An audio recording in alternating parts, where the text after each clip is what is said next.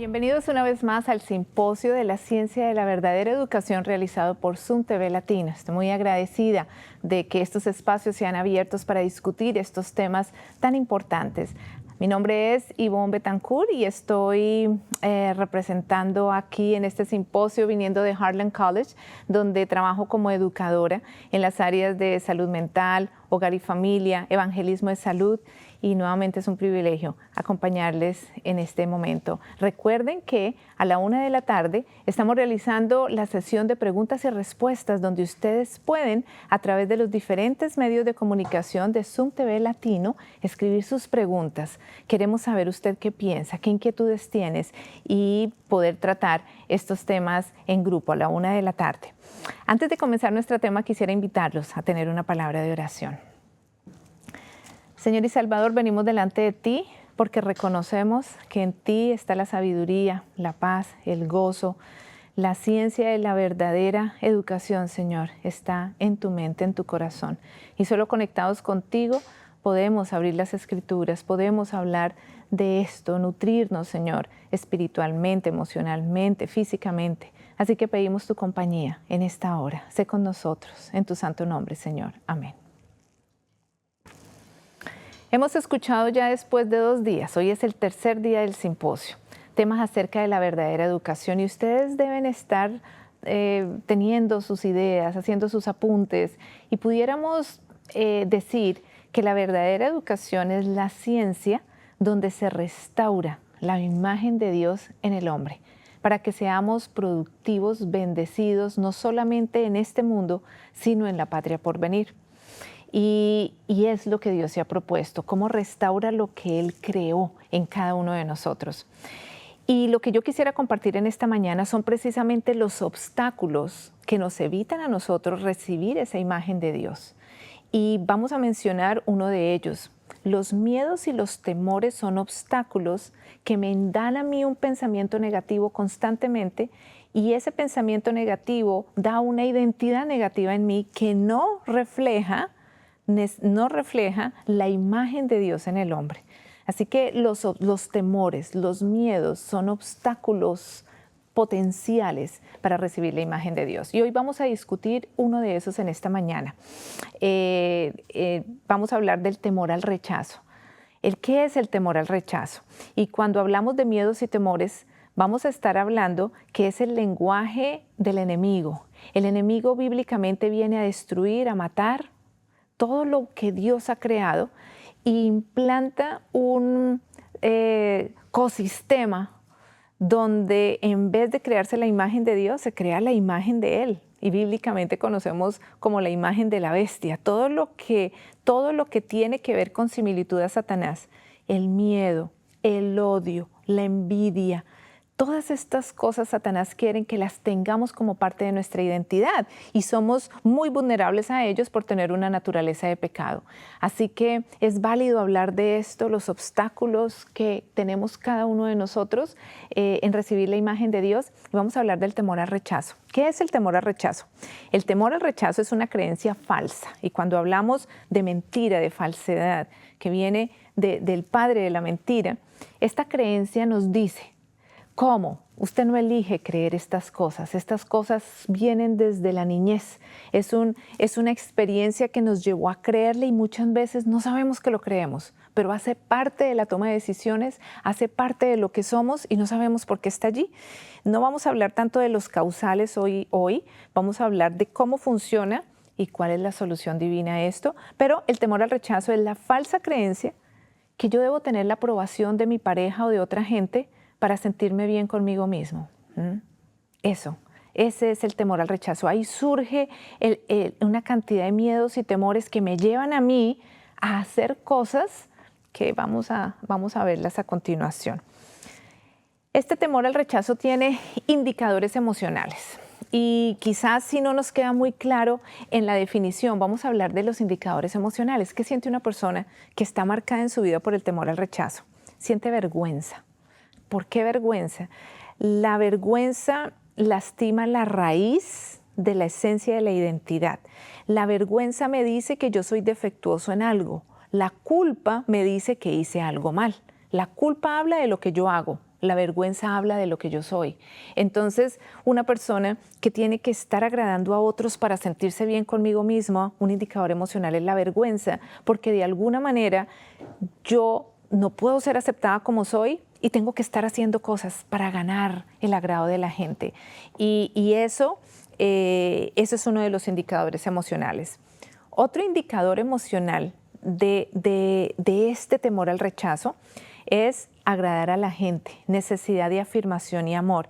Y se desarrolla una capacidad increíble para yo negar mis propias necesidades, pero estar allí para satisfacer a otros.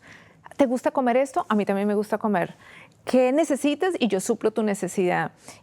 ¿Cómo? Y estamos ahí, lo que se llama pleasing people o necesidad de estar agradando a la gente. Esa es una de los indicadores emocionales de una persona que es marcada por el temor al rechazo. Ahora, yo quiero hacer aquí un paréntesis. No significa que somos malas personas si tenemos estos temores, porque cada uno de nosotros, en esta esencia de carne y de pecado que tenemos, vamos a estar enmarcados por un temor. Precisamente el pecado surge cuando nosotros actuamos para hacer compensación a uno de estos temores y por lo general hacemos cosas fuera del marco de la voluntad de Dios para sentirnos bien. El problema no es tenerlo, el problema es, y no es gente mala, porque estamos hablando de todos, el problema que surge es los comportamientos que desarrollo y la falsa identidad que desarrollo, donde no voy a experimentar la paz y la libertad que Dios me quiere dar a través de recibir su identidad. Entonces es allí donde, sin importar cuáles fueron los causales que me llevan a mí a tener este tipo de temores que desarrollan una identidad falsa en mí, no es tanto por qué llegué a este punto, ¿no? Muchas personas hoy en día trabajo con jóvenes, con mujeres marcados por traumas, abusos, adicciones y tienen una historia muy difícil.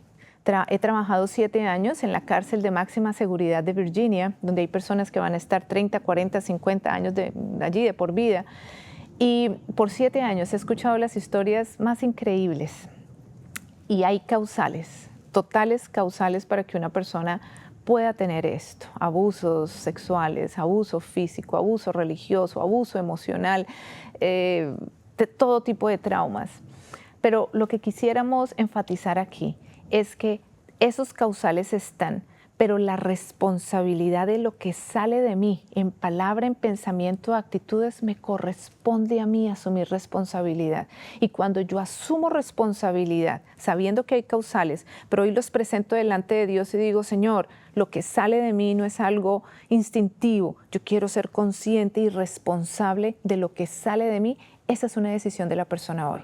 Así haya tenido un pasado de traumas, abusos, cuando yo asumo responsabilidad de lo que digo, de lo que hablo y de lo que sale de mí hoy, entonces la ayuda de Dios está a mi lado, porque Él quiere ayudar personas que saben qué traer a la cruz y que traen y que asumen responsabilidad. Entonces vamos a hablar a partir de eso y el indicador, uno de estos indicadores al temor al rechazo es esto. Y como les digo, no es gente mala, es simplemente cómo asumimos responsabilidad de lo que somos hoy en día.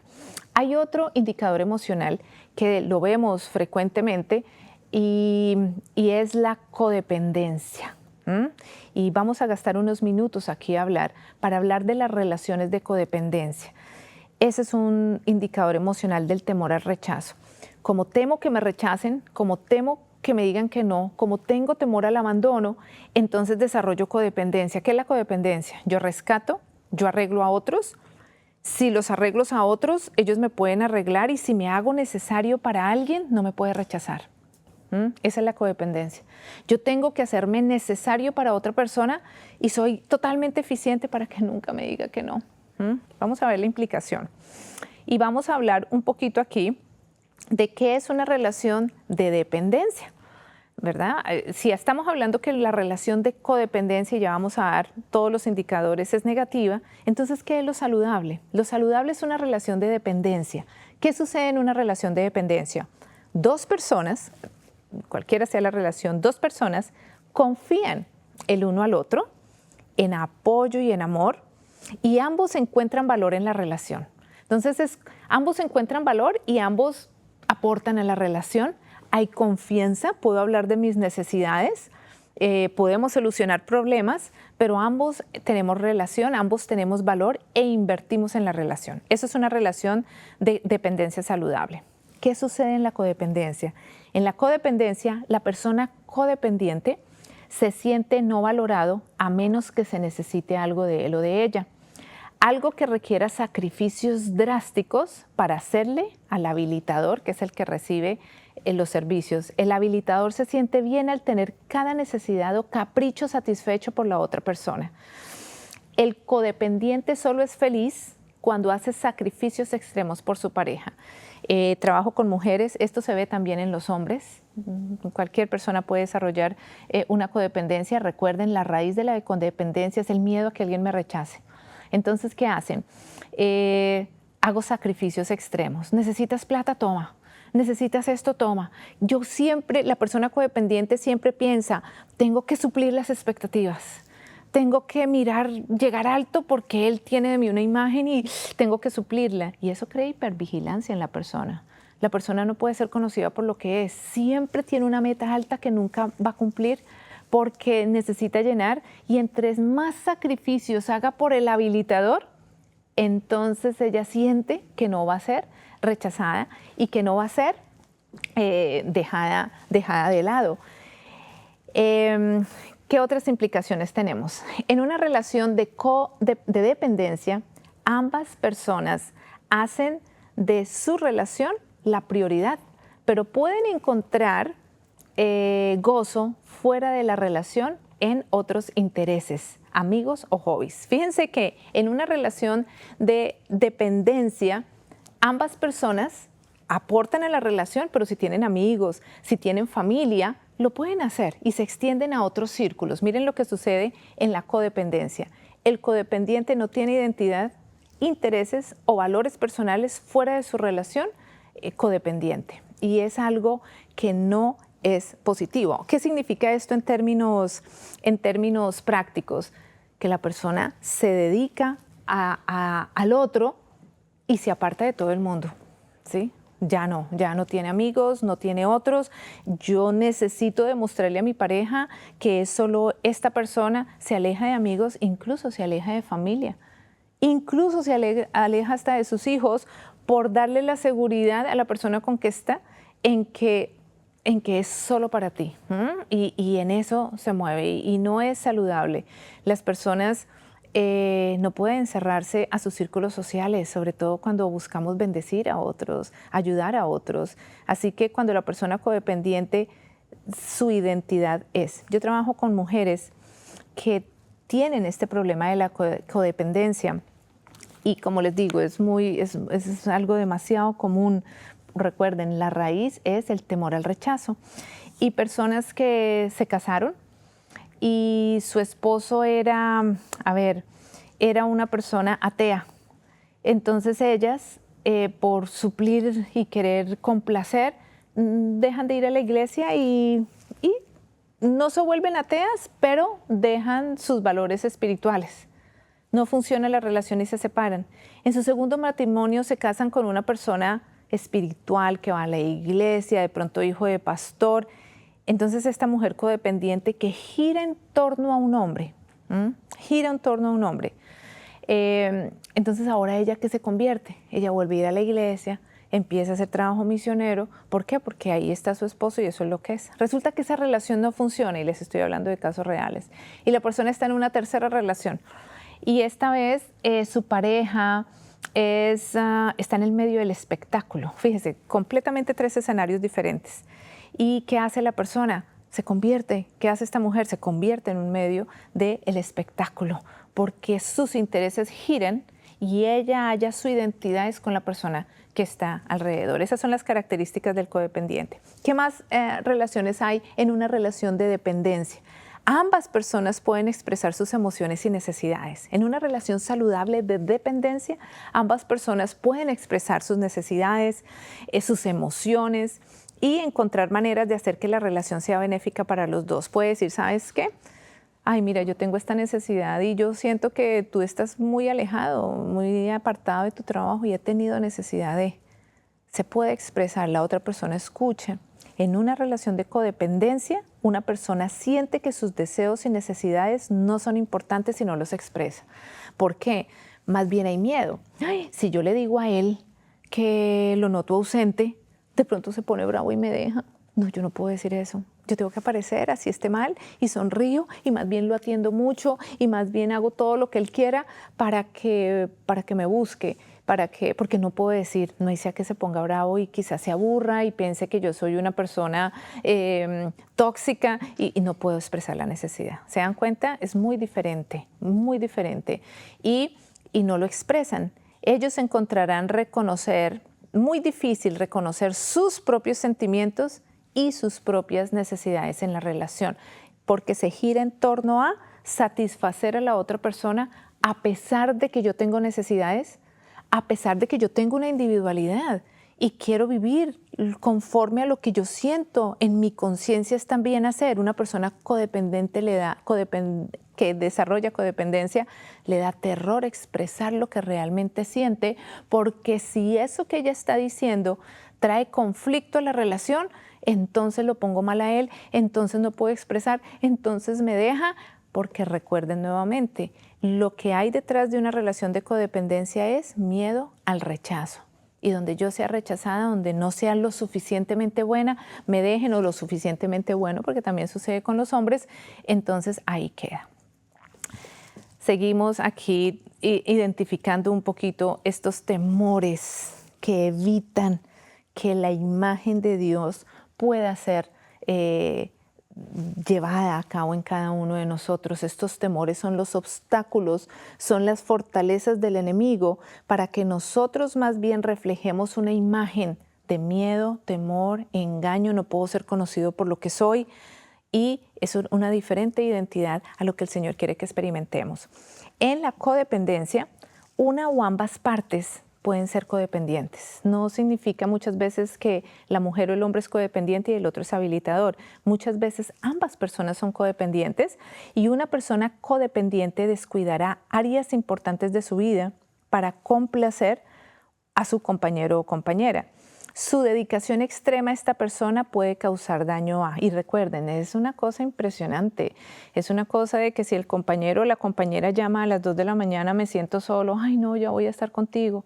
Eso, ¿y qué causa daño? A otras relaciones, le causa daño a su carrera, a sus responsabilidades diarias. Yo conozco mujeres que durante la pandemia dejaron solos a sus niños de 11 y 13 años porque su pareja le dijo, esto va para largo y no quiero estar solo. Y ella siente una responsabilidad que una persona adulta le diga, no quiero estar solo, y dejan a sus niños de 11 y 13 años solos por irse al lado de su pareja. Fue muy dado, una situación muy común que se dio en la pandemia. ¿Por qué? Porque es una persona codependiente que hace cualquier sacrificio para tener a su pareja bien, a causa incluso de internamente estar pensando, ay, los niños, pero bueno, llaman y aquí estoy y no hay paz. Pero se sacrifica la paz. ¿Por qué? Porque el temor al rechazo, no, pero si me deja, está bien, esto lo tengo que hacer, ¿sí? Aunque no hay paz y se genera un tipo de hipervigilancia y ansiedad. El que recibe toda la atención en la relación es también disfuncional. Aquí estamos hablando que la persona que está recibiendo toda esta atención, ¿no? Y muchas veces el cuadro son hombres, mujeres codependientes y hombres narcisistas, ¿no? En muchos casos, no necesariamente todos, pero el hombre tiene la tendencia a girar más en torno a él y la mujer tiene la tendencia en girar en torno al hombre. Entonces, por los roles que cada uno ocupa. Pero muchas veces el que recibe toda la atención en la relación es también disfuncional. Una persona que confía en un codependiente no aprende cómo tener un igual, una relación de dos personas, y siempre viene a depender de los sacrificios y el estado de necesidad del codependiente. Entonces, en una relación de codependencia no hay una relación de tú a tú. Hay una relación de uno sacrificándose por el otro y el otro recibiendo todo. Esto no es igual. Entonces, esa persona también es disfuncional, ¿no? No es solo el codependiente, sino el que recibe todas estas atenciones es una persona disfuncional también, porque recordemos, una relación de dependencia es una relación de tú a tú, donde ambos invierten, donde ambos expresan, donde no hay miedo, donde no hay temor. Y eso hablando de indicadores emocionales. Tenemos otros indicadores emocionales con el temor al rechazo y es la rabia. Es un indicador emocional. No puedo ser conocido por lo que soy. Mis necesidades reales son negadas en la relación. Hay muchas personas hoy en día, por esto del temor al rechazo, que se ven con rabia interna, pero se cubre. Y aunque la tengo por dentro, aparezco con una sonrisa, porque tengo que ganarme a la gente. O muchas veces es una inconformidad interna, porque cuando uno en una relación no puede ser conocido por lo que es, eso genera un sentido de o vergüenza o rabia internamente. Hay un sentido de ausencia y aislamiento. Muchas veces la persona dice, yo mejor termino la relación antes de que me terminen a mí y me abstraigo, tengo un sentido de soledad, de abandono porque no soporto que me terminen, entonces yo termino. Y son personas o que están allí para la otra persona o terminan relaciones antes de que les terminen para no tener que pasar por ese proceso de que lo rechacen, ¿no? Exactamente por la misma base del temor al rechazo. ¿Por qué hablamos de esto nuevamente? Porque tenemos que ser conscientes. ¿Qué le traemos a Dios en ofrenda en la cruz, identificando si estoy marcado con unos temores? Si usted allí en su casa se ha podido identificar con algunos de estos marcadores, dele gracias a Dios. Muchas veces decimos, Señor, pero yo confío en ti. ¿Por qué tengo que estar atada a este hombre y siento que no tengo vida? Si yo creo en ti, yo soy, y muchas de las mujeres con las que yo trabajo son mujeres cristianas, son mujeres misioneras, trabajo con mujeres musulmanas y se presenta también en la comunidad musulmana, muchísimo. Y ellas me dicen, pero yo confío en Dios, ¿por qué siento esto tan horrible? ¿No? Y no somos conscientes de los temores que hay en nosotros. ¿Cómo poder trabajar? ¿Qué parte del Evangelio? Porque el Evangelio es todo un plato completo que está subdividido en muchas partes. ¿Qué parte del Evangelio me da un mensaje a mí cuando estoy marcada por este temor al rechazo? Hay un dato muy bonito, muy poderoso, y es que, ¿saben cuántas veces aparece la palabra no temas en la Biblia? Muchas veces, recuerden que cada vez que un ángel se aparecía o se aparecía a un profeta, a una persona, ¿qué era lo primero que decía el ángel? No temas, porque el impacto de un ser humano frente a un ser celestial. ¿Saben cuántas veces aparece la palabra no temas? Acuérdense que estamos hablando del temor al rechazo. En la Biblia aparece 365 veces. Si no me crean, Google, como dicen en inglés, Google it, búsquenlo. Y no creo que es casualidad. El Señor sabe que en el marco del pecado, el miedo y el temor iban a ser parte de la naturaleza del hombre. Y la Biblia es un libro que es unas promesas para luchar en contra de ese miedo y ese temor que va a usar Satanás para hallar un ancla en el corazón y en la mente humana. Y cada promesa, las 365 veces que la Biblia dice no temas, es una promesa de seguridad y a partir de allí es donde podemos trabajar con estos temores. Quiero remitirlos a Mateo 13, 45 y 46. Vamos a buscar Mateo 13, 45 y 46. Y aquí vamos a hablar de lo que es la sanidad psicológica, mental, el proceso de pensamiento, emocional, bíblica. Mateo 13, 45, 46, vamos a leer la parábola más pequeñita que hay en la Biblia. Es la parábola y de hecho es un solo versículo. Y está precisamente en el capítulo de las parábolas de Mateo 13. Dice, la perla de gran precio.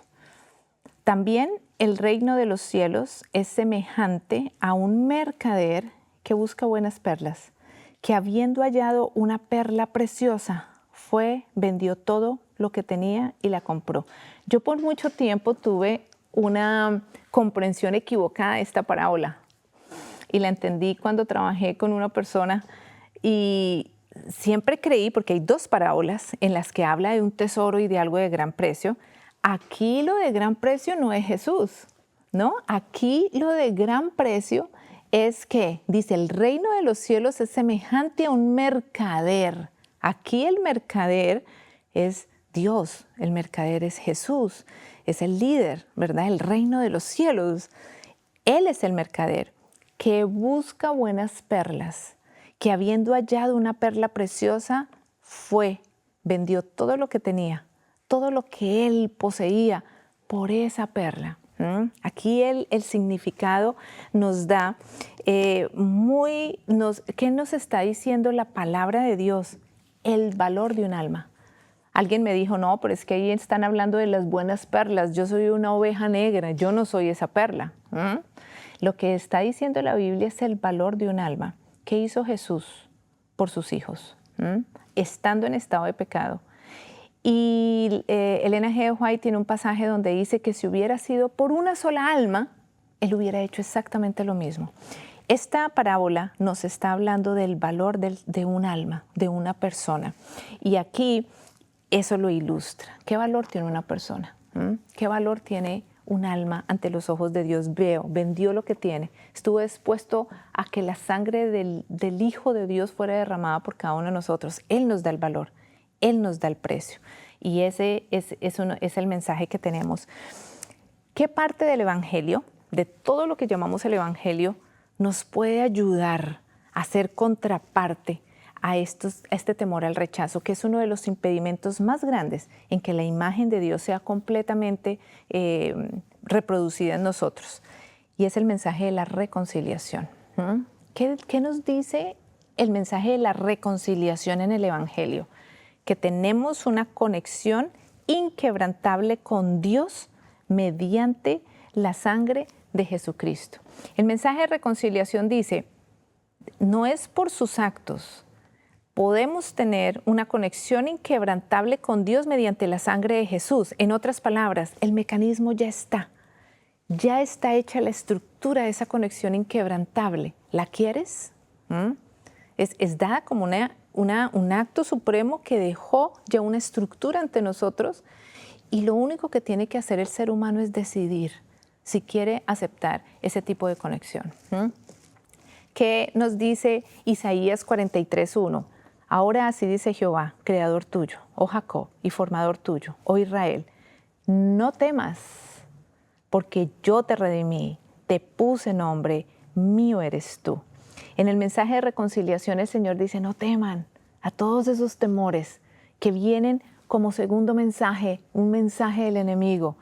No vales, no temes, no eres lo suficientemente bueno, tienes que demostrar para ganar amor, y todos estos mensajes que están allí como sistema de creencias de las personas. La Biblia dice, no temas, no tengas temor a eso, porque yo te redimí, yo te puse nombre, tú eres mío, hay un sentido de pertenencia y yo te he dado el valor.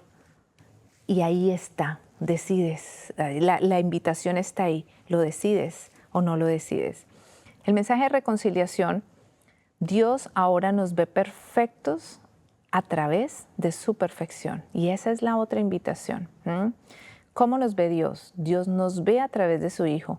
Y todo aquel que acepte, porque el punto del ser humano es aceptar una invitación. Qué impresionante, qué camino tan grande tenemos que recorrer en la vida para entender que el ser humano, su trabajo es aceptar la invitación y creerla.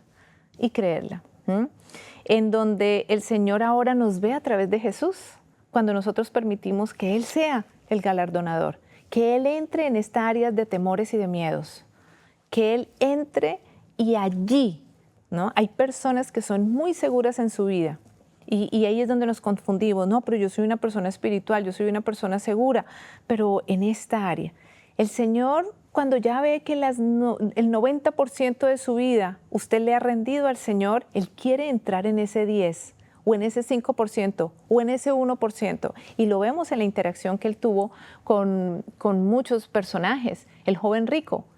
El joven rico era una persona que cumplía y en muchas áreas de su vida era una persona que estaba completamente en el servicio a Dios. Pero Jesús, que conoce las áreas de los miedos y los temores, las áreas de las dudas, esa oscuridad que a raíz del pecado está allí, el Señor entra directamente allí y le dices, muy bien que todo esto has hecho. Señor, ¿qué hacemos para ganar la vida eterna?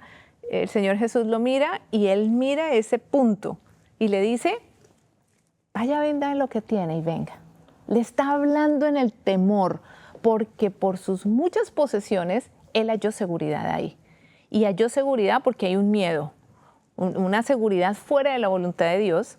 Y no es que tener posesiones sea malo. Lo malo es que entran a suplir necesidades donde solamente Dios fuerte y celoso quiere ser el único que nos da seguridades. Y le dice, venda lo que tiene. Y el joven bajó la cabeza y se fue triste. La mujer samaritana es otro ejemplo. Y ella está hablando de conflicto religioso y buenos conflictos que se conforman con religión. Y adoramos aquí o adoramos allá, o es en este templo o es acá. Y el Señor la mira.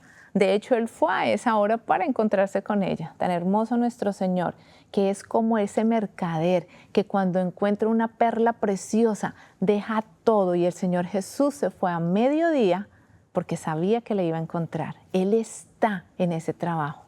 Él es el que nos desea y nos anhela. Y va y la encuentra a ella. ¿Y qué le dice? Y ella empieza con su conflicto religioso, que va a venir, que no, que dónde adoramos, que usted es judío, que es samaritana, y cómo me hablas, y en fin.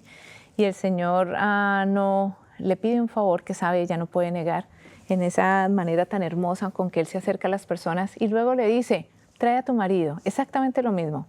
El Señor sabe cuál es el área de temor, el Señor sabe dónde es el área donde yo tomé a una persona, un bien material, un conocimiento intelectual, y a partir de ahí me estoy dando seguridades para que me ayuden con esos temores. El problema es ese.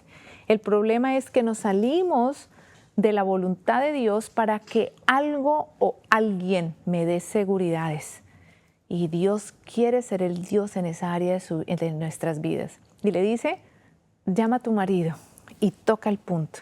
Y ahí empieza todo ese conversatorio del cual ustedes saben, y esa mujer sale libre porque encontró a uno que la conoció como era, que la llamó donde estaba, que la aceptó, pero la trató con dignidad, y ella no sabía eso. Eso era lo que ella andaba buscando. Muy seguramente esa mujer no andaba buscando sexo. Ella buscaba era quién la entendiera, quién la valorara, quién la recibiera, y encontró al que la recibió, la valoró y la entendió. Y fue libre en ese momento porque ella simplemente creyó que había uno por ella que la recibe, y en ese momento su temor, ese temor al rechazo, que la llevaba a buscar 6 hombres y ya iba en el 6º y probablemente hubiera llevado al 7º o al 8º, encontró a uno que la anhelaba, que la valoraba y le dio sentido y propósito. ¿Qué hace ella? Es la primera evangelista. Y ahí está el Señor educando a sus discípulos para que se den cuenta cómo se hace evangelismo. El evangelismo se hace cuando la palabra de Dios entra a romper los temores que traen tiniebla en una persona. ¿Y saben qué hace una persona? Conoceréis la verdad y la verdad los hará libres. Ellos son los que van a hacer evangelismo. Y la mujer sale y dice, lo encontré, lo encontré. Ella sabe a qué se refiere. Encontré uno que me da el sentido de valor, encontré a uno que es. Y él simplemente, y ella trae toda una ciudad. Y lo escucharon al Señor Jesús. ¡Qué trabajo tan hermoso! Y dice, y conoceréis la verdad, y la verdad os hará libres. La invitación que el Señor nos está haciendo es que nosotros conozcamos la verdad en el punto de los temores nuestros. Muchas veces como religiosos nos confundimos y miramos todas las áreas donde tenemos seguridades y que le hemos rendido al Señor. Y muchas personas me dicen, pues que yo ya dejé el trago, yo ya dejé el licor, a mí Dios me llamó, yo ya dejé las relaciones sexuales ilícitas, yo dejé, y todo eso es un avance, claro, eso es parte del camino. Pero muchos de nosotros estamos parados en nuestro punto ciego y miramos toda nuestra vida y vemos todo lo que hemos logrado. Y decimos como el joven rico, ¿verdad? Todo lo tengo. Pero estamos parados en nuestro punto ciego. Estamos parados en nuestro punto de temor y de miedos. Y es ahí donde el Señor quiere entrar. Es ahí donde Él lo quiere lograr. Dios nos ve ahora a través de su perfección. Y es a través del Señor Jesucristo como Dios nos ve, porque es la justicia de Él. En el momento en que la mujer samaritana El Señor le dice, trae tu marido. Y ella le habla y le dice, no, es que el que tengo no es. Y empiezan su conversatorio y él se revela como esa persona que quiere ser en la vida de ella. En ese momento ella permite que el Salvador entre en su zona, donde hacemos unas paredes impresionantes porque da miedo entrar ahí, y ella permite que Él entre ahí.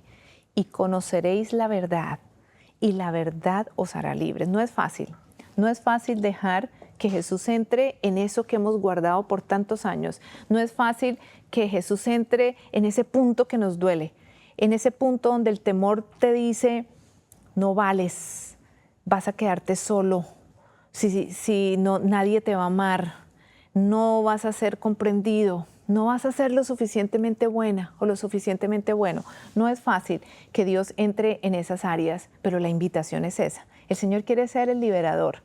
El Señor quiere entrar y tomar todo el control, que cuando usted mira su vida no haya una sola área donde estos temores le digan a uno un pensamiento negativo. ¿Van a haber pensamientos negativos? Sí.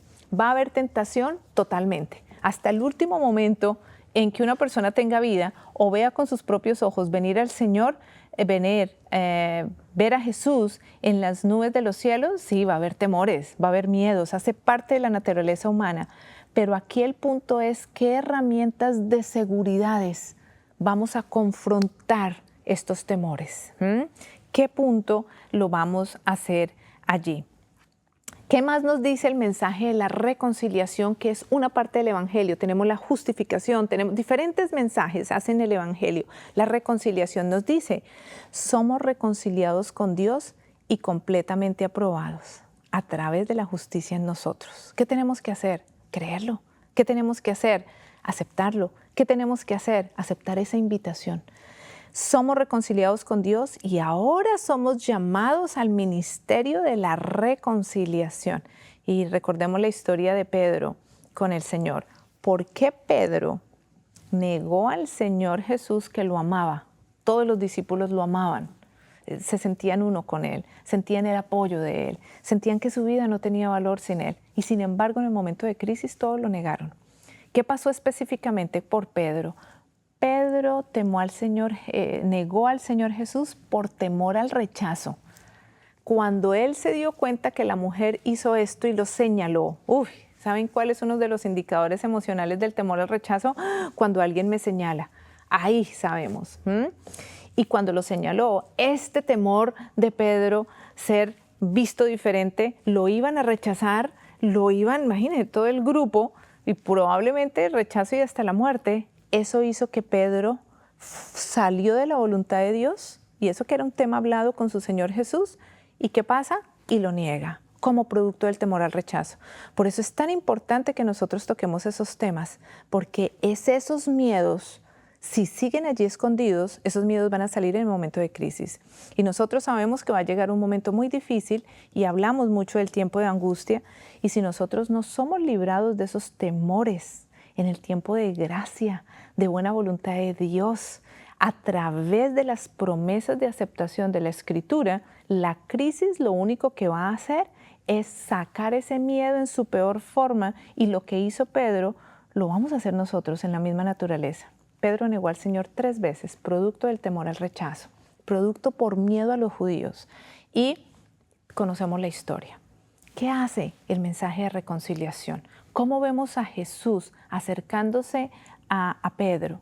Se acerca y viene y le dice, y no solo lo reconcilia, sino que lo llama al ministerio de la reconciliación. Pero Pedro entendió. Pedro había pasado un momento de mucha amargura y él acepta, y el Señor le dice, ¿me amas? ¿Me amas? Y le dice 3 veces, ¿me amas? Siendo Jesús mismo, en esa necesidad de que Pedro corrobore, que esa necesidad que Pedro quede sellado. Cada llamado de amor era un atentado contra ese miedo, era un arma poderosa en contra de ese miedo. Y Jesús tuvo que hacerlo 3 veces para librar totalmente a Pedro de esos miedos al rechazo. Y lo hizo a través de llamados de amor. Es la manera en que Jesús trata con los temores. y encontró a ese Pedro, producto y resultado del temor, y 3 veces, ¿me amas? ¿Me amas? ¿Me amas? Y esos llamados de amor quitan las voces terribles, productos de estos temores que surgió en la vida de Pedro antes de que lo negara y los pensamientos negativos que generó después de que lo negara, sintiéndose que no era lo suficientemente bueno, tentado a dejar el ministerio y volver a la pesca. Y Jesús aniquila los pensamientos negativos y los temores antes y después del acto de la negación a través de su llamado de amor. ¿Me amas? ¿Me amas? ¿Me amas?, le dice él.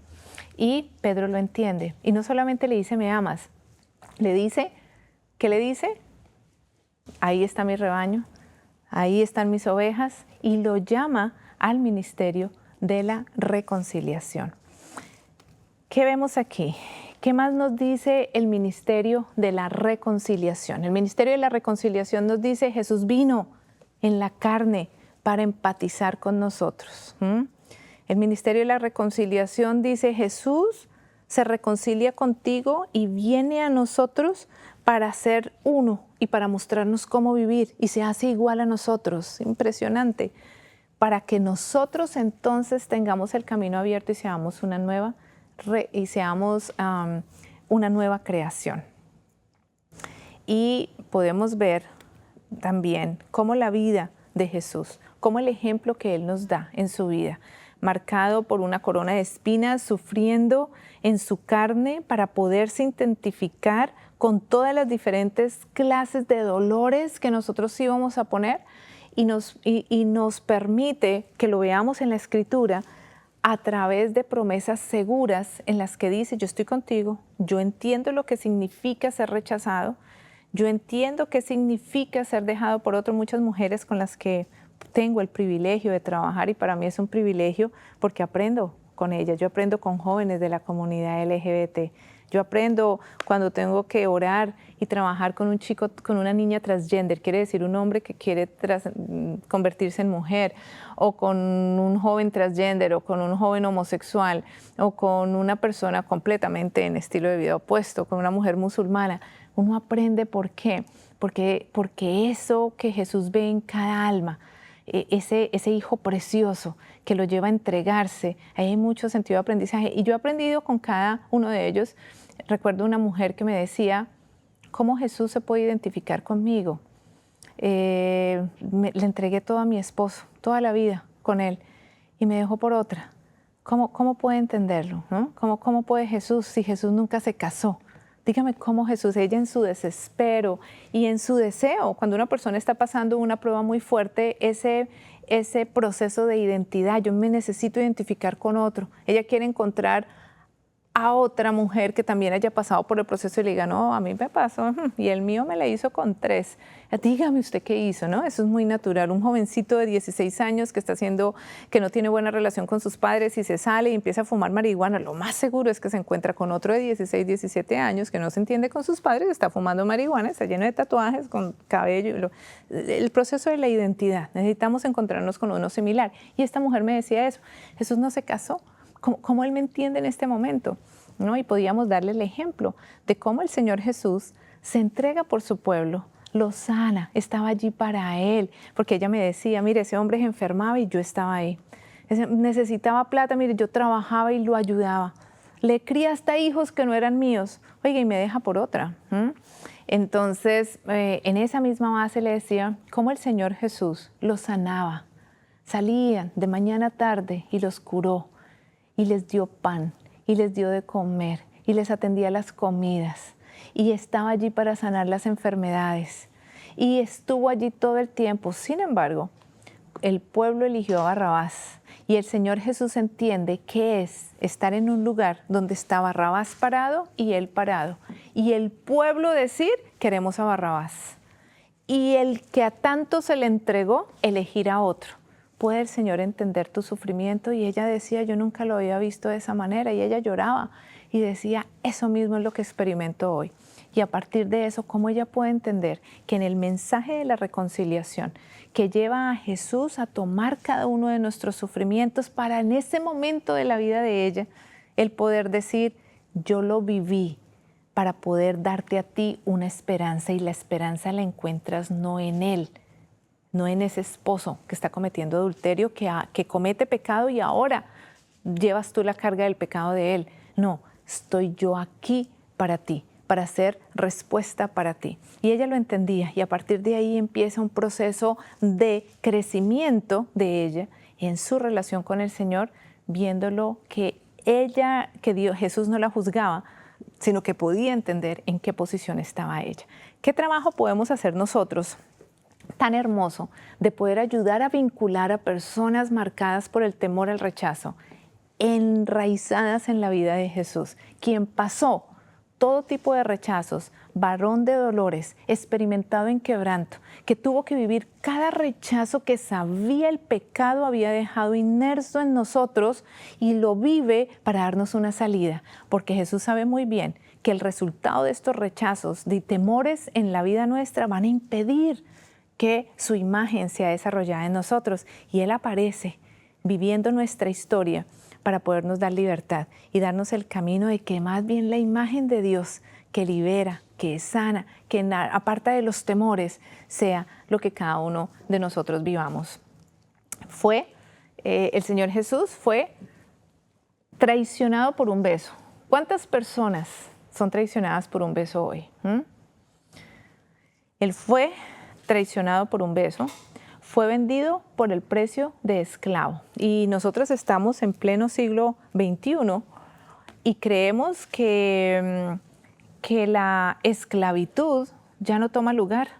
Y déjenme decirle que uno de los tráficos más grandes que está sufriendo esta sociedad a nivel mundial es el human trafficking, el tráfico humano con puros propósitos sexuales. No solo en personas adultas, a cualquier edad es funesto, pero empezando desde niños, tráfico humano con propósitos sexuales, desde niños hasta la edad adulta. En pleno siglo XXI, donde hay más derechos humanos, y lo estamos viviendo. Es interesante que Jesús fue vendido por el precio de un esclavo. Y hoy Él puede identificarse con muchas personas que son vendidas por dinero con estos propósitos. Les hago una pregunta, hermanos. Tenemos un mensaje de libertad que dar a personas que han sido marcadas por estos miedos, por estos temores que generan en traumas, abusos y adicciones como resultado. Claro que tenemos un mensaje, pero la clave es, ¿lo estamos experimentando? ¿Está usted experimentando esa libertad de estos temores?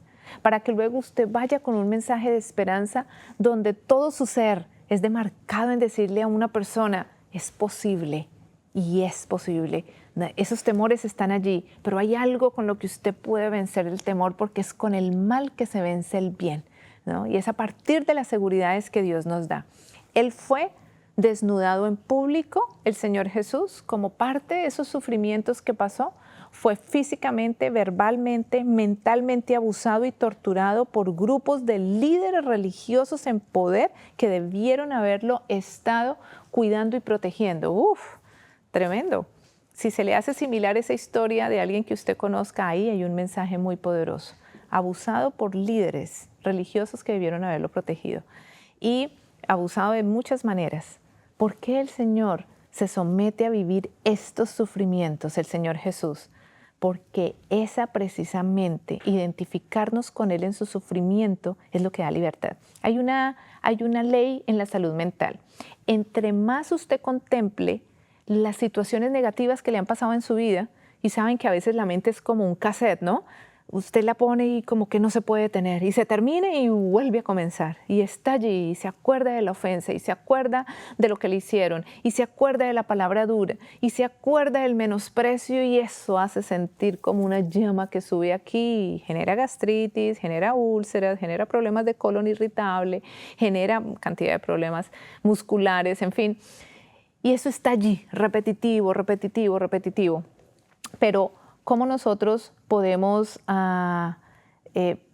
pedirle al Señor que en ese conocimiento de lo que Jesús vino a vivir por nosotros, Él pueda entrar y Él pueda romper esas cadenas que generan en todos estos temores Y es a través de contemplarlo en su vida y lo que Él hizo por nosotros. La ley de la mente dice, entre más usted contemple lo negativo que le pasó, más desbalance químico, hormonal y el equilibrio de la homeostasis de su cuerpo y del cerebro, la persona se va a enfermar. Entre más contemple lo que le pasó. Pero cuando nosotros contemplamos y vemos los sufrimientos de Jesús, encontramos libertad. Y ahí es el propósito, que nosotros podamos ver cómo encontramos en su historia lo que a mí me ha pasado. Entonces transfiero todo lo negativo que a mí me pasó y lo encuentro en Él. Cómo Él fue abusado, cómo Él fue vendido por el precio de un esclavo, cómo Él fue desnudado en presencia pública, cómo de su cuerpo salía sangre y fue su cuerpo violado. Y nosotros al contemplar, por eso Elena G. de White dice, si contemplamos las escenas finales de la vida de Jesús por lo menos una hora, va a haber un cambio en nuestra vida. Y cuando empezamos a contemplar su sufrimiento y nos identificamos con Él, allí hay libertad, allí vamos a ver esperanza. Hay un poder en la sangre de Jesús, hay un poder en que Él murió, pero sufrió para identificarse con sus hijos. Ese es el mensaje del Evangelio de la reconciliación y es de esa manera donde nosotros vamos a encontrar un arma poderosa en contra de estos temores que han sido dados a raíz del pecado que han cometido con nosotros y que ahora nosotros cometemos como resultado de estos miedos y estos temores. Pero hay libertad. Hay libertad. ¿Puede Jesús identificarse con nuestra historia de trauma, de abuso, de temores? Claro que puede identificarse. Y esa es la dinámica de cómo podemos salir de todos los comportamientos que nos llevan a este tipo de temores. Voy a compartir este versículo de Isaías 54. Y Isaías 54 es un mensaje hacia la mujer. Y la mujer bíblicamente es su iglesia. Pero muchas mujeres con las que trabajo han encontrado libertad en Isaías 54. Miren lo que dice. Esta es una de las pocas promesas en la Biblia que no tienen condición. Y lo encontramos, ustedes lo pueden leer todo, Isaías 54, del versículo 4 hasta que termine. Dice, ¿cómo vencemos los temores? Los temores se vencen con seguridades, pero no seguridades a partir personales, porque en el área donde usted teme. Sencillo. Hay mujeres que temen que nunca se van a casar porque no van a ser valoradas por ningún hombre. ¿Por qué? Bueno, tiene ahí un pasado de historia que les dice cómo vieron tratar el papá y a la mamá, cómo fueron víctimas de abusos, en fin, por diferentes circunstancias. Ellas no. ¿Cómo puede una persona vencer el temor? A partir de seguridades externas. Y estas seguridades externas nosotros las encontramos en la palabra de Dios. Cada persona debiera encontrar en la palabra de Dios su identidad. Las promesas no son versículos bíblicos que nos aprendemos de memoria, no. Las promesas de Dios nos deben decir quién soy yo y quién es Él. Y cuando una promesa me dice a mí quién soy yo, ahí hay regeneración. Es muy diferente a repetir un versículo bíblico. Miren lo que dice Isaías 54, donde muchas mujeres han encontrado libertad. No temas, pues no serás confundida. Y no te avergüences, porque no serás afrentada, sino que te olvidarás de la vergüenza de tu juventud y de la afrenta de tu viudez no tendrás más memoria. Versículo 5, porque tu marido es tu hacedor, Jehová de los ejércitos es su nombre, y tu Redentor, y el Santo de Israel, Dios de toda la tierra. Se presenta de tres maneras. Dice Jehová de los ejércitos, el que lidera el ejército, el que es el Santo de Israel y el que es el Dios de toda la tierra. Ese es tu marido. Y se presenta conquistando, como cuando un muchacho le dice, mire, yo soy ingeniero y soy misionero y yo tengo, y tiene que presentar sus credenciales para que la mujer diga, ok, tan hermoso como Jesús nos da seguridades. De esa manera es que Él vence los temores, como lo hizo con Pedro. Él lo hace a partir de lo que Él es. Y le dice, porque yo soy tu marido, porque como a mujer abandonada y triste de espíritu te llamó Jehová, y como a la esposa de la juventud que fue repudiada. ¿Cuántas mujeres no sienten soledad y rechazo dentro de su matrimonio? La soledad más dura es la que se experimenta cuando se está casado. Y podemos concluir aquí con esta promesa donde el Señor le dice, yo quiero ser tuyo.